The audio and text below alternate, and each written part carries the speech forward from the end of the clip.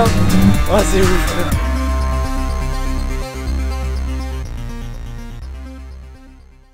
Salut à toi, j'espère que tu vas bien. On se retrouve aujourd'hui pour une nouvelle vidéo.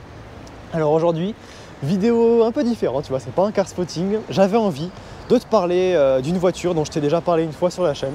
Mais une voiture quand même qui est très spéciale, que beaucoup de monde aime, que beaucoup de monde n'aime pas. C'est le Classe G, voilà. J'avais très envie de te parler de cette voiture aujourd'hui. Et c'est donc ce que je vais faire. Je vais te parler un petit peu de l'histoire, etc. et des différentes versions qui ont existé. Si t'es pas encore abonné à la chaîne, bah écoute, je te propose de le faire encore une fois. Également d'activer la cloche des notifications pour ne rien rater les prochaines vidéos. Je te mets ici mon Instagram et puis tout de suite on est parti pour parler du Classe G en fait, voilà. Bon, on se retrouve dans la voiture, il fait pas forcément très chaud dehors. On est mieux ici quand même avec le chauffage. Alors du coup, aujourd'hui, je vais te parler, comme je disais, des différentes versions du Classe G et de son histoire. Donc c'est en 1979 que Mercedes sort la première version, on va dire, de Classe G. En réalité, il s'appelait le G-Landen Wagon. Ça pouvait déjà rappeler G-Wagon, comme le nom actuel du Classe G. Mais voilà, il y avait déjà un truc, mais c'était pas la même appellation. Et là, en fait, c'était vraiment un 4x4 à vocation militaire. Donc voilà, franchisseur, mais forcément très rustique.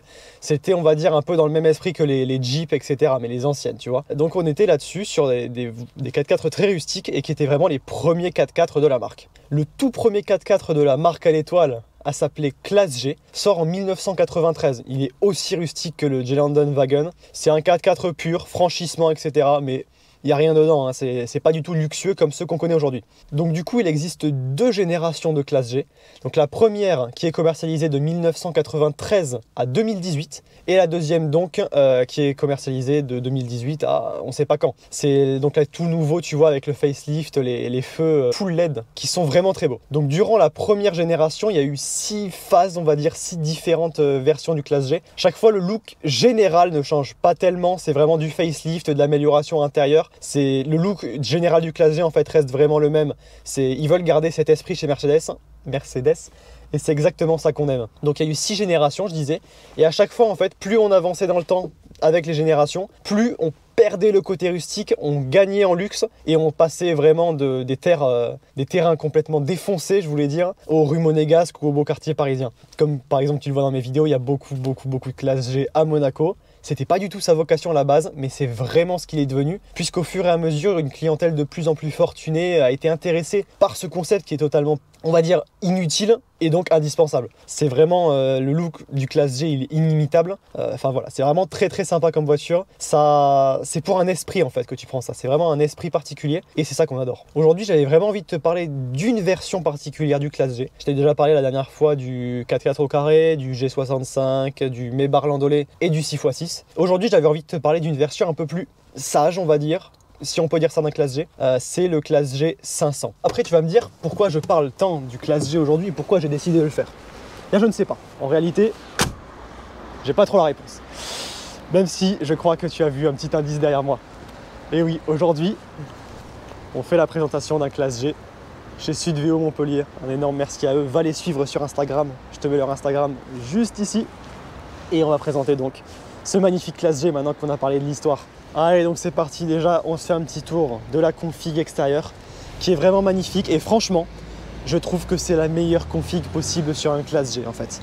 Full black, roue noire. Franchement, c'était tellement énervé, c'est tellement beau. Alors regarde, c'est une peinture noire, tout ce qu'il y a de plus simple, hein. De toute façon, un Classe G, c'est rustique, ça doit être simple. D'ailleurs, certains disent même que la deuxième génération de G, donc la plus récente avec ici donc les feux LED,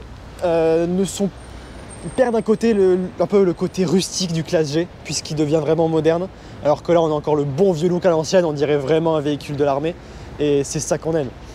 Donc celui-ci, c'est la deuxième génération. Il y a eu un petit facelift, donc notamment au niveau des LED ici et des feux. Mais voilà, on reconnaît quand même toujours le look extérieur du Classe G. Et en général, chez Mercedes, sur le G, ils aiment bien garder la tradition. Même le châssis, je crois que c'est un châssis qui date des premiers Classe G. Mais je sais que c'est un châssis très particulier et qu'ils ont gardé sur celui-ci. Donc voilà, allez, c'est parti pour la config. Donc là, roue noire, vraiment sympathique. Full black, tu vois, vraiment énervé. Ce qui est très cool sur les Classe G, c'est la roue de secours à l'arrière. Ça donne vraiment un look incroyable. Bon, t'as vu la taille que ça fait. Alors en termes de dimension, regarde un peu. Pourtant, je suis pas petit. termes de dimension, je crois qu'on est sur 1,87 m de large, 1,95 m de haut, ce qui me paraît totalement possible vu la comparaison entre nous deux. Et en termes de longueur, c'est 4,67 m, si je ne te dis pas de bêtises. Donc voilà, c'est vraiment imposant comme voiture. Par rapport, regarde, il y a une Fiat 500 derrière, tu vois. Je sais pas si tu arriveras à voir la différence, mais c'est incroyable. Franchement, c'est incroyable. Au niveau de la config extérieure, déjà, faut que tu écoutes un truc. Tu le sais peut-être. Là, voilà. Donc, écoute juste le claquement des portes. Oh là là, c'est incroyable. Allez. Donc là, au niveau de l'extérieur, déjà, la porte est très lourde. Ici, tu as cette inscription Mercedes de très bonne facture. Et ici, un petit indice sur ce qui se cache sous le capot, que je vais te montrer juste après. Au niveau des sièges, c'est des sièges tout en cuir. Vraiment de bonne qualité, tu vois. Pourtant, la voiture n'est pas toute récente, mais les sièges sont vraiment de bonne qualité. Allez, je monte à l'intérieur, regarde un peu la marche que je dois faire. Et encore, je suis à 1,85 m. T'imagines les gens petits? Attends. Alors écoute le claquement de la porte. Waouh. Ok. Donc, une fois à l'intérieur, une fois hissé dans l'intérieur, tu te retrouves vraiment au-dessus de la route. J'ai jamais conduit de camion, mais je pense qu'en termes de position de conduite, on n'est pas très loin. Mais honnêtement, c'est pas du tout désagréable, bien au contraire. C'est vraiment agréable. Franchement, j'ai même pas les mots en fait. Regarde tout ce capot immense devant toi. Niveau modernité, franchement, ça va. Pour une voiture qui a quand même quelques années déjà, ça va. T'as pas de compteurs digitaux, mais ça, c'est personnellement pas quelque chose qui me dérange. Ici, tu as un très bel écran, un peu style tablette, pas énorme, mais c'est très bien encore une fois. Là, alors voilà, je vais te montrer un peu les rappels, tu vois. Il y a toujours des rappels chez Mercedes qui te permettent de voir que c'est quand même une voiture à la base faite pour franchir, pour le franchissement, je cherchais. Donc là, tu as les différents, alors je pense que c'est les différents modes de différentiel, tu vois. Donc répartition des puissances, etc. Tu as plein de petits boutons ici, tu en as trois modes. Là, toujours cette poignée sur léger qui, on peut se dire, ne sert pas à grand chose. Certains s'en servent sûrement, mais c'est plus, je pense, pour une tradition que pour une réelle utilité. Au niveau de la place pour les jambes, on est vraiment très bien. Franchement, il y a vraiment de quoi faire. Je touche même pas le tableau de bord ici, nickel. T'as un frein à main manuel, et ça c'est vraiment cool, parce que à l'époque déjà, sur les boîtes auto notamment, ils commençaient à faire des freins à main électriques. Donc là, t'as un bon vieux frein à main manuel qu'il faut tirer. Hop, regarde un peu ici, comme une deuxième console en fait. Donc là, t'as les rétros. Ici, tu as toutes les fenêtres, ça fait vraiment grand, regarde, ça fait la taille de ma main. Ici, tu as les réglages du siège. Alors, c'est des sièges électriques, bien sûr, et ce n'est pas réglé ici. Donc, tu vois, tu vas pouvoir, en faisant ça, hop, voilà, je bouge. Voilà, c'est des sièges électriques. Ici, tu as les différentes positions. Hop, 1, 2, 3. Pour les différentes personnes qui vont conduire la voiture, en fait, ça permet, imaginons, tu es le conducteur 1, tu rentres dans la voiture, tu appuies sur 1, ton siège se règle exactement à ta position. Une deuxième personne rentre, 2, le siège se réglera à sa position, idem pour le reste. Donc franchement, ça c'est très cool. C'est une option qui est sur beaucoup de Mercedes, mais c'est quelque chose de très cool. Alors ce qui me fait beaucoup rire, regarde, c'est la taille du tableau de bord. Tout est immense dans cette voiture, mais le tableau de bord, il est vraiment petit, il tient dans ça. Voilà. Il est vraiment tout fin, il est collé au pare-brise. Pare-brise d'ailleurs qui est très incliné, hein. Faut savoir que, comme tu l'as peut-être remarqué à l'extérieur, Mercedes ne connaissait pas à l'époque le mot aérodynamisme, et je crois que les ingénieurs qui s'occupent du classe G encore à l'heure actuelle ne le connaissent toujours pas. Mais c'est ça qu'on aime, parce que ça fait vraiment un look incroyable. Allez, je te montre les places arrière. Il y a un petit porte-gobelet ici, on dirait limite un panier de basket, mais voilà, une prise. À côté passager, je pense qu'on est très bien aussi, je vais aller te montrer après. Et ici, je crois que tu as un toit ouvrant, je pense. Franchement, très sympa. Et après, on va te démarrer la bête, puisque il y a quand même un moteur sympa que je vais te montrer juste après. Alors, en sortant, voilà, les poignées sont tout à fait classiques, tu vois. Déjà, regarde. Faut vraiment, en fait, te laisser glisser sur le siège et te laisser tomber. Écoute ça encore une fois. Oh, c'est incroyable. Au niveau de l'arrière, je crois que la marche est encore pire. Waouh. Ok. En fait, il faut vraiment que tu glisses un côté et après tu te hisses dedans comme ça. C'est pas forcément simple, mais bon, on s'y fait, je pense. C'est aussi, ça fait partie, comme je disais, de l'esprit de la chose. L'esprit du classe G, c'est vraiment voilà, une voiture qui, au final, est complètement démesuré, mais c'est ça qu'on adore. Au niveau de l'arrière, honnêtement, je suis bien, regarde. J'ai été réglé à ma taille et regarde, j'ai à peine les genoux qui touchent un petit peu, mais franchement, rien de méchant. Il y a quand même une vraie place. Donc, tu peux vraiment emmener 4 personnes de grande taille. C'est pas du tout un souci. Franchement, cet intérieur, il est assez incroyable parce que le plafonnier est très haut. Mais en fait, ce qui est perturbant, c'est que tout est très droit, en fait. Tu vois, c'est carré dedans. Et ça fait vraiment une ambiance particulière, mais c'est très sympa en fait au niveau de l'habitabilité, c'est vraiment bien. C'est assez lumineux, on ne se sent pas du tout enfermé dans la voiture. Ici, tu as directement le coffre. Franchement, on est très bien, les sièges sont confortables. Sièges cuir, comme je te le disais, qui a, bon, vu le prix de la voiture, ont quand même vocation d'être très confortables. Comme je te le disais, c'est la 6e génération, donc on commence déjà à être dans les générations où il y a du confort. Et Mercedes a fait une vraie recherche de luxe, plus que de 4x4 pur, même si cette bête a vraiment de bonnes capacités. Je pourrais pas évidemment te les montrer aujourd'hui, mais ça a vraiment de très bonnes capacités. D'ailleurs, chose très intéressante, ce G500, bon, pas celui-là précisément, mais le modèle de G500 en fait, c'est la base du complètement délirant classe G 4x4 au carré. Donc je t'en avais déjà parlé, la version en fait surélevée qui est vraiment très haute, où tu vois carrément les suspensions, les roues sont à 2 km de la caisse. Et donc c'est sur base de G500 en fait, c'est avec ce moteur là, et c'est ça qui est vraiment cool. C'est qu'il y a eu vraiment de grosses versions sur ce G500. Et le 500, encore une fois, c'est la version juste avant AMG. Donc voilà, c'est quand même un moteur très sympa. C'est une voiture très sympa. On est sur un niveau qui est déjà très élevé. Attention, je tombe. Voilà, le coffre maintenant. Niveau du coffre, je crois qu'il y a 430 litres, si je dis pas de bêtises. Déjà, regarde comment il s'ouvre. C'est absolument immense. Faut pas être trop près du mur derrière. Au niveau du coffre, franchement, tu as largement de quoi mettre pas mal de choses. 430 litres, c'est immense. Tu as de la profondeur et tu as surtout beaucoup de hauteur. Voilà, comme tu peux le voir, cette hauteur est immense. Donc franchement, tu peux mettre plein de bagages, tout ce que tu peux vouloir vraiment. C'est aussi la fonction, on va dire, du classe G qui a été gardée au fur et à mesure des générations. C'est que à la base, c'était un utilitaire. Et ils ont quand même gardé un peu ce côté qui peut servir d'utilitaire et de moyen de transport de plein de choses. Donc c'est vraiment sympa. Est-ce que le coffre claque autant que le reste? Oui, totalement. Je vais essayer maintenant de t'ouvrir le capot. Hop. Tac, allez, on va te montrer ce V8 dont je vais te parler. Alors, déjà, est-ce que je vais trouver du premier coup? C'est bien sûr que non. Je reviens. Allez, maintenant que j'ai réussi à trouver comment on ouvrait ce petit gros capot, je vais te montrer donc ce V8. Alors, c'est un V8 4 litres biturbo qu'on connaît bien aujourd'hui puisqu'il équipe les actuels C63S et AMG GT. Celui-ci développe donc 421 chevaux, ce qui est quand même tout à fait correct comme puissance. Après, c'est ce qu'il faut hein, concrètement parce que la voiture fait tout de même 2,6 tonnes. Le capot est clairement immense et j'ai hâte de le refermer pour que tu entendes le bruit que ça fait parce que ça fait un bruit encore plus important je crois que les portes. Donc voilà, V8 421 chevaux qui permet à la voiture de passer de 0 à 100 en tout de même 5 secondes 9 je crois, ce qui est vraiment très bien vu le gabarit de la voiture. La vitesse max est limitée à 210 km/h, tu l'imagineras bien pour des questions aérodynamique et d'utilisation de la voiture, ce serait du suicide d'aller plus vite avec un tel engin. Allez, on va refermer le capot qui est immense hein, clairement, il est clairement immense. Ce qui est très pratique tout de même quand même, c'est qu'ils aient mis un vérin ici, c'est vraiment pas mal. Allez, on ferme le V8 et puis après on va essayer de démarrer la bête. Écoute-moi ça. Oh, mais c'est quoi ça?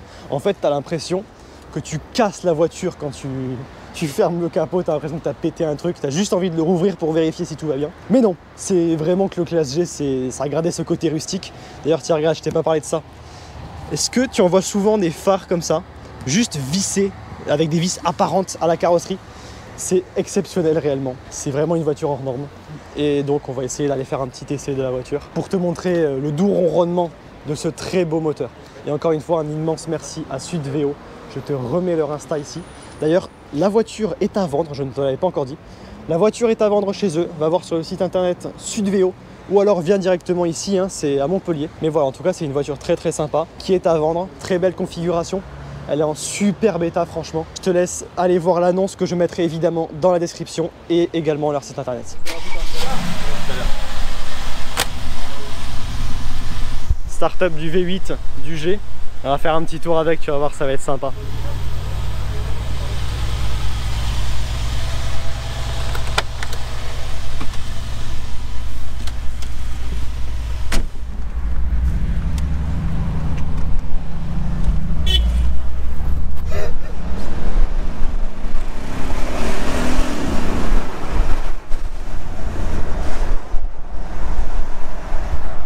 C'est vrai que ça attire l'œil, c'est incroyable. Ah ouais, il y a tout le monde qui te regarde avec ça. C'est vraiment incroyable. T'as l'impression que t'es Brad Pitt. Ouais, c'est un peu ça. Bah, c'est pour ça qu'il y a autant de gens qui achètent des classes G, je pense. Hein. Ouais, c'est possible. Hein. Ah ouais.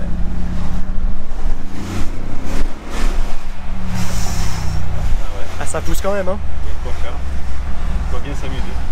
Ouais. Oh, c'est raisonnable.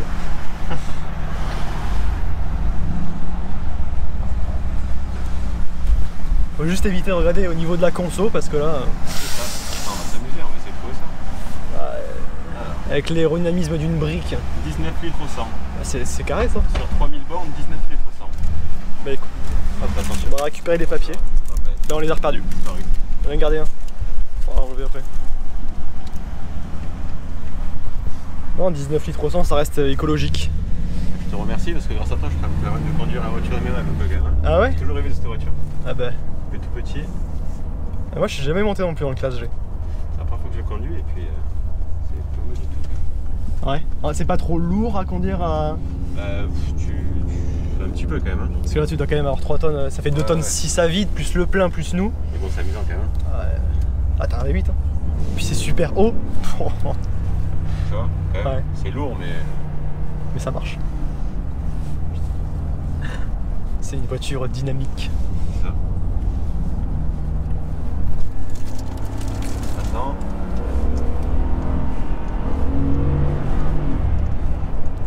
Ah, là il voit un classe G dans le rétro, déjà il le voit pas entier. Il nous voit jusqu'à là à peu près. Ouais.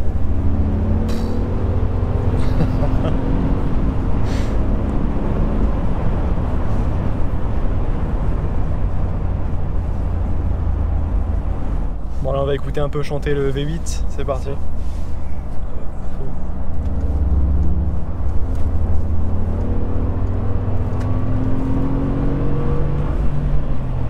Ah, ça permet de s'insérer de manière efficace. Ouais. Puis ce qui est impressionnant, c'est vraiment la visibilité, quoi. Il y a le capot devant et puis on est au-dessus de tout le monde. Paradoxalement, l'arrière on voit rien par contre. Ouais, en même temps. Même avec la caméra. Même avec la caméra. Ouais. Parce que la caméra, il y a le gros pneu à l'arrière. Ouais. On rechange là, du coup tu vois pas grand chose. Ah, la caméra, elle est tout en haut, non? Tout en haut, ouais, c'est tout en haut. Forcément, on doit pas avoir beaucoup. Mais ouais. Et en fait, c'est vrai que c'est pas une voiture qui est sportive. C'est pas une voiture qui sera souvent utilisée en tout terrain pour ce qu'elle est faite habituellement. Mais voilà, Même si elle a de quoi faire. Ouais, ouais. C'est bon. Mais c'est là qu'on la kiffe en fait. On est juste, on cruise aux limitations et on est au-dessus de tout. Et c'est vraiment un style de conduite qui est particulier. C'est un esprit en fait. C'est ça qui est bien avec le G. Franchement, c'est pas mal. C'est quand même vraiment pas mal. Lourd, mais bon, ça franchement, ça va. Tu t'amuses vraiment bien.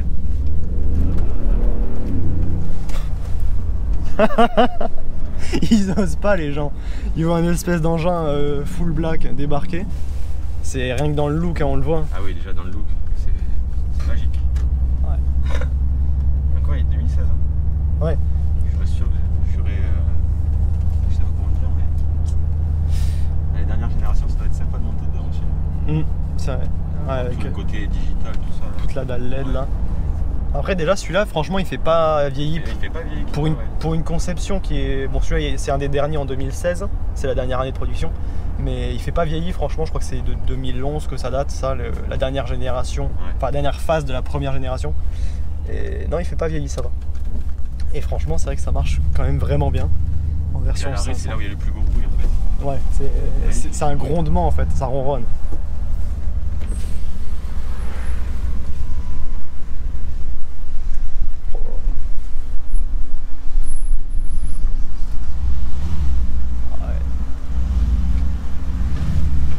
Comme il faut. Ouais, le son est incroyable franchement.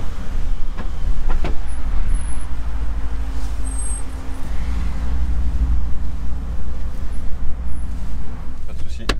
Allez. Alors c'est toujours quelque chose de descendre du G. Si regarde un peu.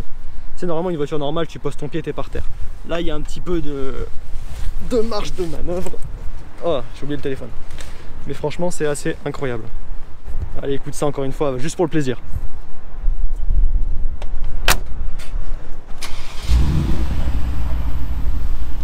Allez, et sur ce start-up du classe G, la vidéo se finit. Oh, ce son, le V8, c'est incroyable. Encore une fois, un immense merci à Sudveo. Voilà, je te remets leur Insta, je te mets le site internet en description. Ce magnifique G est à vendre. Je te mets également l'annonce en description, va la voir si t'es intéressé. Ils se situent à Montpellier, voilà, ils ont 3 agences. Ils ont une agence à Castelnau, une agence à Montpellier et une agence à Nîmes. Ils ont plus de 400 voitures, tout prix. Voilà, comme tu le vois autour de moi, il y a vraiment tout type de voitures, dont ce magnifique G qui est toujours en vente. Voilà. J'espère que la vidéo t'a plu. Si c'est le cas, n'oublie pas de t'abonner et d'activer la cloche des notifications pour ne rien rater des prochaines vidéos. Je te laisse également mon Instagram ici, c'est AlexGary002. Et puis moi je te dis à très bientôt pour une prochaine vidéo. Allez, ciao!